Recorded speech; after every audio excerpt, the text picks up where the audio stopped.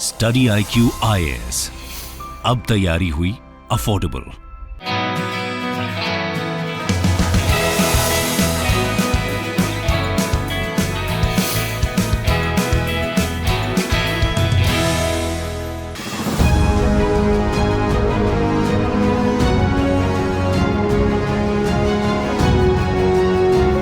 इतिहास गवाह है प्रोग्राम में आपका स्वागत है। Who are overground workers? How do they operate? Welcome to Study IQ. मेरा नाम है आदेश सिंह। दोस्तों, हाल ही में न्यूज़पेपर्स में एक हेडलाइन छपी जिसमें लिखा था कि जम्मू एंड कश्मीर के शोपियां डिस्ट्रिक्ट से लश्कर-ए-तैयबा के 2 ओवरग्राउंड वर्कर्स को अरेस्ट किया गया। ये पहली बार नहीं है कि ओवरग्राउंड वर्कर्स यानी OGWs नाम का टर्म सुनने में आया हो। इससे पहले भी कई बार ये शब्द चर्चा में रह चुका है। ये तो हम सभी जानते हैं कि लश्कर-ए-तैयबा एक टेररिस्ट ऑर्गेनाइजेशन है, लेकिन ओवरग्राउंड वर्कर्स का क्या मतलब होता है, इसको लेकर जरूर थोड़ा कंफ्यूजन हो सकता है। तो आइए विस्तार से समझते हैं ओवरग्राउंड वर्कर्स के बारे में और जानते हैं कि ये कैसे ऑपरेट करते हैं। Meaning of overground worker.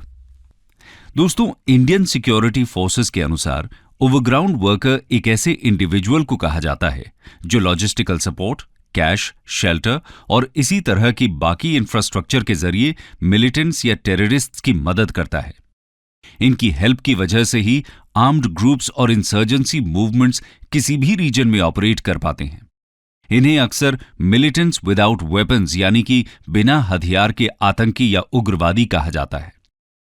वैसे तो इस टर्म को ज्यादातर कश्मीर रीजन के साथ एसोसिएट किया जाता है, लेकिन ऑफिशियली इसे इंडिया के बाकी पार्ट्स में भी यूज किया जा सकता है, जहां इंसर्जेंसी अभी भी एक्टिव नजर आती है, जैसे कि मेघालय में। यहां ओवरग्राउंड वर्कर्स को गारो नेशनल लिबरेशन आर्मी के साथ एसोसिएट किया जाता है। 2017 में नक्सल्स माओइस्ट्स के अगेंस्ट एंटी इंसर्जेंसी मूवमेंट में सशस्त्र सीमा बल यानी SSB ने 84 OGWs को अरेस्ट भी किया था। दोस्तों, कई बार मिलिटेंट ऑपरेटिव या फैसिलिटेटर और एक OGW के बीच की लाइन ब्लर हो जाती है, यानी दोनों के बीच में फर्क करना मुश्किल हो जाता है। जम्मू एंड कश्मीर पुलिस के अनुसार कोई भी व्यक्ति जो मिलिटेंट को सपोर्ट करता है एक पोटेंशियल OGW की कैटेगरी में आता है। इस टर्म को लेकर थोड़ा कंफ्यूजन और एक सेंस ऑफ एम्बिग्यूइटी भी बनी हुई है। Human rights activist Khurram Parvez कहते हैं कि OGW एक लीगल टर्म नहीं है और लॉ में इसे कहीं भी प्रॉपर्ली डिफाइन नहीं किया गया है। उनका तो यहां तक कहना है कि OGW टर्म सिक्योरिटी एजेंसीज द्वारा वायलेंस को लेजिटिमाइज करने के लिए क्रिएट किया गया है। खैर, टर्म की लीगैलिटी और डेफिनेशन को लेकर भले ही थोड़ा कंफ्यूजन हो, लेकिन OGWs के रोल्स एकदम क्लियर हैं। आइए जानते हैं रोल्स।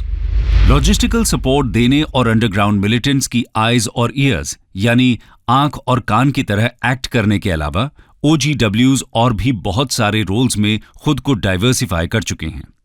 ये एक ऑर्गेनाइज्ड नेटवर्क की तरह काम करते हैं जो मॉब राइटिंग में भी हिस्सा लेते हैं।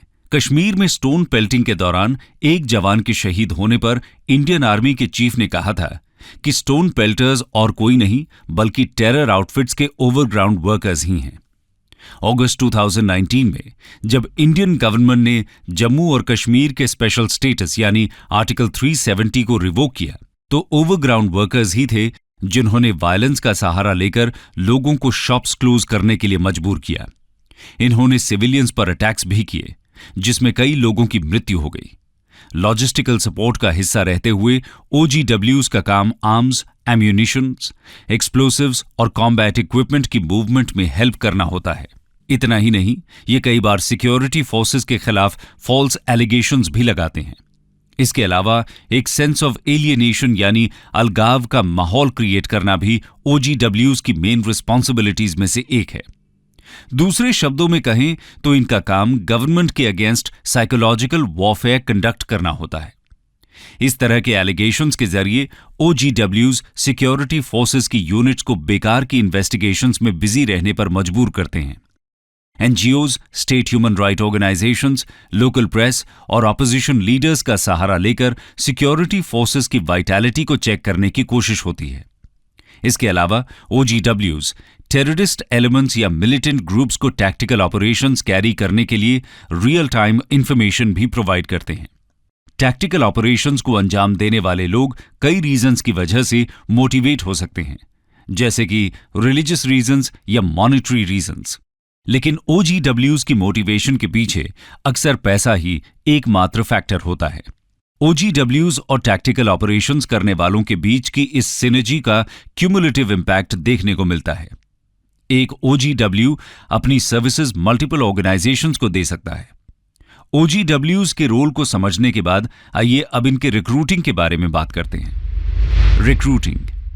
रिक्रूट्स की एज 7 साल से लेकर 32 साल या कई बार उससे ज्यादा भी हो सकती है। पोटेंशियल रिक्रूट्स में ऐसे लोग शामिल होते हैं जिनके ऊपर कभी न कभी Jammu and Kashmir public safety act लगाया गया हो, या फिर उन्होंने एक्सपीरियंस्ड मिलिटेंट्स के साथ जेल में समय बिताया हो। वुमेन रिक्रूट्स भी इसमें शामिल होती हैं।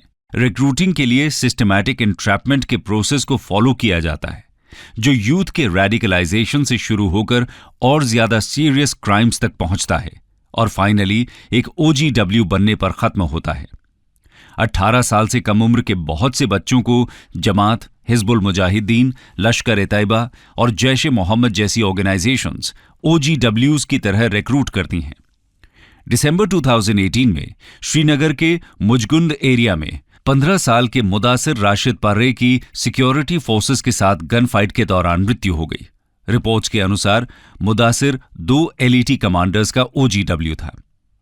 इसके साथ ही OGWs का बैकग्राउंड भी काफी ज्यादा वेरी करता है। ये गवर्नमेंट सर्वेंट्स हो सकते हैं, लॉयर्स हो सकते हैं या फिर मीडिया पर्सनालिटीज भी। 2018 में नेशनल इन्वेस्टिगेशन एजेंसी ने 3 लोगों को OGWs होने के लिए चार्ज किया था। इसमें से एक श्रीनगर के शेर Kashmir institute of medical sciences में BSc नर्सिंग का स्टूडेंट था और बाकी 2 ट्रक ड्राइवर्स थे। पुलवामा अटैक के बाद एक OGW को अरेस्ट किया गया था, जो कि एक फर्नीचर शॉप का ओनर था। OGWs के रिक्रूटमेंट को मिनिमाइज करने के लिए 2019 में जमाते इस्लामी कश्मीर को अनलॉफुल एक्टिविटीज प्रिवेंशन एक्ट के तहत इलीगल डिक्लेयर कर दिया गया था। दोस्तों, ये तो बात हुई कि OGWs को किस तरह रिक्रूट किया जाता है। आइए अब इनकी अलग अलग कैटेगरीज को ब्रीफ में देखते हैं। कैटेगराइजेशन। क्लॉज रिपोर्ट के अनुसार OGWs को कई तरीके से कैटेगराइज किया जा सकता है, जैसे कि OGWs for logistic support, OGWs managing funds, OGWs providing ideological support, OGWs providing radicalisation support, OGWs for recruitment of terrorists, and OGWs generating negative perceptions and sentiments amongst the Awam. OGWs का मतलब, इनका role, recruiting और categories की बात तो हो गई। अब समय है ये जान लेने का कि इनके खिलाफ इंडियन सिक्योरिटी फोर्सेस का क्या रिस्पॉन्स रहा है। Response, capture and deaths. दोस्तों, ओवरग्राउंड वर्कर्स की प्रेजेंस किसी भी रीजन में पीस के लिए खतरा बनी रहती है। इसलिए इंटरनल सिक्योरिटी की दृष्टि से OGWs के खिलाफ एक स्ट्रांग स्ट्रैटेजी होना जरूरी हो जाता है। इसी कॉन्टेक्स्ट में Manohar Parrikar institute for defence studies and analysis के कर्नल KC दीक्षित लिखते हैं कि टेररिस्ट्स और उनके सपोर्ट बेस का न्यूट्रलाइजेशन देश के कानून को ध्यान में रखते हुए ही होना चाहिए, जिससे गवर्नमेंट का सिविल फेस हमेशा ही विजिबल रहे। OGWs की हैंडलिंग भी लॉज के अकॉर्डिंग ही होनी चाहिए।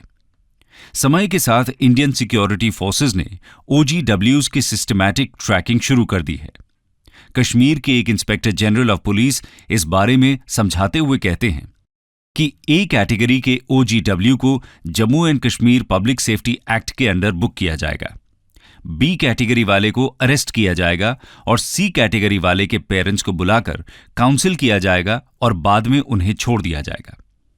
अक्सर देखा गया है कि एनकाउंटर्स के दौरान मिलिटेंट्स और OGWs एक साथ पाए जाते हैं और इसीलिए एक साथ मारे भी जाते हैं, लेकिन कुछ केसेस में OGWs को अलग से भी पकड़ा गया है। उदाहरण के तौर पर 2019 के पुलवामा अटैक के बाद जम्मू एंड कश्मीर के स्पेशल स्टेटस के रेवोकेशन के बाद वहां कनेक्टिविटी को सस्पेंड कर दिया गया था। इसका नतीजा यह हुआ कि OGWs को चंडीगढ़ से ऑपरेट करने के लिए मजबूर होना पड़ा। 2020 के शुरू में 2 महीनों में ही 40 OGWs को अरेस्ट किया गया। जून 2020 तक करीब 135 OGWs को जम्मू एंड कश्मीर पुलिस द्वारा अरेस्ट कर लिया गया था। लेकिन यह काम इतना भी आसान नहीं है। भले ही अब तक बहुत से OGWs को अरेस्ट किया गया है और मार भी दिया गया है, फिर भी कुछ ऐसे इश्यूज हैं जिन्हें ध्यान में रखने की जरूरत है। तो आइए जानते हैं OGWs को हैंडल करने में किस तरह के इश्यूज सामने आते हैं। Issues in handling OGWs। दोस्तों, OGWs को सेंसिटिवली हैंडल करने की जरूरत है, क्योंकि इस कॉन्टेक्स्ट में एक्सट्रीम स्टेप्स का उल्टा असर हो सकता है, यानी कि उससे मिलिटेंसी और ज्यादा बढ़ सकती है। अगर यूथ को किसी OGW एक्टिविटी में शामिल होने के सिर्फ शक के आधार पर बुक कर लिया जाए, तो ऐसे इंडिविजुअल का सोसाइटी में वापसी कर पाना काफी मुश्किल हो जाता है और यहीं पर टेररिस्ट्स को इंडॉक्ट्रिनेशन का आसान मौका मिल जाता है। इसके अलावा गवर्नमेंट द्वारा अगर OGWs के खिलाफ कोई भी ऑपरेशन शुरू किया जाता है, तो उससे जनता के बीच स्ट्रॉन्ग अस वर्सेस देम का नैरेटिव बनने का खतरा रहता है। इससे उस रीजन की पॉपुलेशन इंडियन पॉलिटी के अगेंस्ट हॉस्टाइल हो सकती है। OGWs को हैंडल करने में सबसे बड़ी मुश्किल जो सामने आती है वो है इन्हें ट्रैक करना, क्योंकि OGWs लोकल पॉपुलेशन का ही हिस्सा होते हैं और स्मॉल स्केल स्ट्राइक्स कंडक्ट करने के तुरंत बाद पॉपुलेशन के साथ मिक्स हो जाते हैं। इससे इनकी मूवमेंट और एक्टिविटीज को ट्रैक कर पाना कठिन हो जाता है। इन सभी इश्यूज को ध्यान में रखते हुए आइए बात करते हैं कुछ ऐसे मेजर्स की जो OGWs को टैकल करने के लिए जरूरी हैं। Measures to tackle OGWs। दोस्तों, इस दिशा में सबसे पहली जरूरत एक मल्टी एजेंसी एफर्ट्स द्वारा OGWs, टेररिस्ट्स और सभी एंटी नेशनल एलिमेंट्स को जॉइंटली मैप करने की है, जिससे जो इंटेलिजेंस पिक्चर सामने आए वो ग्राउंड रियलिटीज के साथ सिंक में हो। इसके अलावा यूथ एंगेजमेंट प्रोग्राम्स का दायरा बढ़ाते हुए यूथ के अंदर पनप रही अलगाव की भावना और ट्रस्ट डेफिसिट को तुरंत ही एड्रेस करना चाहिए। उदाहरण के तौर पर यूथ फोरम्स को ऐसे प्लेटफॉर्म्स की तरह कंडक्ट किया जा सकता है जहां पॉलिटिकल, सोशल और कल्चरल इश्यूज को फ्रीली डिस्कस किया जा सके। इसके साथ ही दोस्तों, कश्मीर के लिए एक लॉन्ग टर्म डी रेडिकलाइजेशन और काउंटर रेडिकलाइजेशन पॉलिसी इवॉल्व करने की सख्त जरूरत है। इसके लिए सब्जेक्ट एक्सपर्ट्स द्वारा डिटेल्ड एक्सप्लोरेशन किया जाना चाहिए। हाँ, लेकिन इसकी अप्रोच को मल्टी डिसिप्लिनरी रखना होगा, जिसमें रिलीजियस स्कॉलर्स के साथ साथ फिलॉसफी, पॉलिटिक्स और साइबर जिहाद के एक्सपर्ट्स, साइकोलॉजिस्ट्स, एजुकेशनिस्ट्स और सिविल सोसाइटी मेंबर्स के इनपुट्स शामिल किए जाने चाहिए।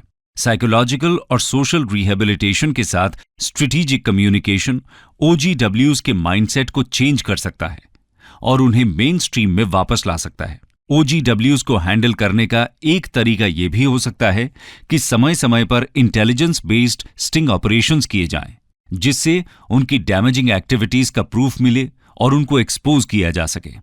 इसके अलावा आर्टिफिशियल इंटेलिजेंस जैसी टेक्नोलॉजीज में इन्वेस्ट करके सोशल मीडिया पर मौजूद एक्सट्रीमिस्ट कंटेंट को डिस्करेज करने की भी जरूरत है। ये तो बात हुई कुछ ऐसे मेजर्स की जो आने वाले समय में OGWs को बेहतर तरीके से टैकल करने में हमारी मदद कर सकते हैं। अब बात करते हैं ऐसे स्टेप्स की जो सरकार द्वारा ऑलरेडी इस दिशा में लिए जा चुके हैं। Steps taken in India to deal with OGWs।